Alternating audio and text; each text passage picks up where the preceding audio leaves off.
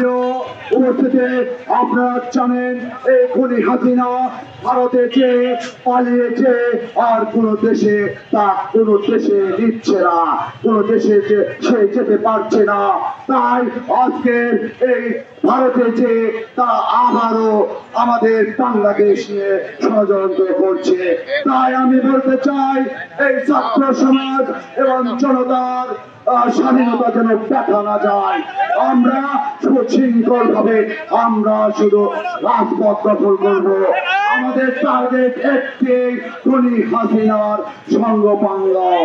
আমাদের একটি টার্গেট আওয়ামী লীগ, যুবলীগ, স্বেচ্ছাসেবক লীগ এবং ছাত্র লীগের গুন্ডা বান্ডাদের আমাদের সাধারণ মানুষকে রক্ষা করতে হবে।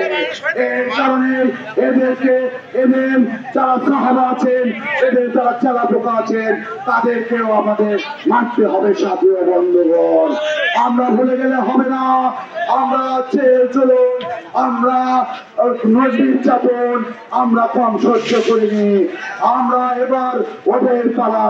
তাই বলতে চাই, আজকে আমরা ক্ষমতার জন্য আমরা লড়াই না করে আমরা এই স্বাধীনতাকে টিকে রাখার অঙ্গীকার বদ্ধ করে এই খুনি হাসিনার লেগে দেওয়া কুত্তা বাহিনী কখনোই যেন আমাদের একটি আর কোন ভাইয়ের রক্ত না যায়।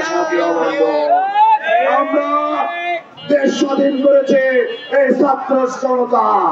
আজকের এর মান পূর্ণ যেন না হয়, বজায় রাখার জন্য আমরা আপ্রাণ চেষ্টা করব।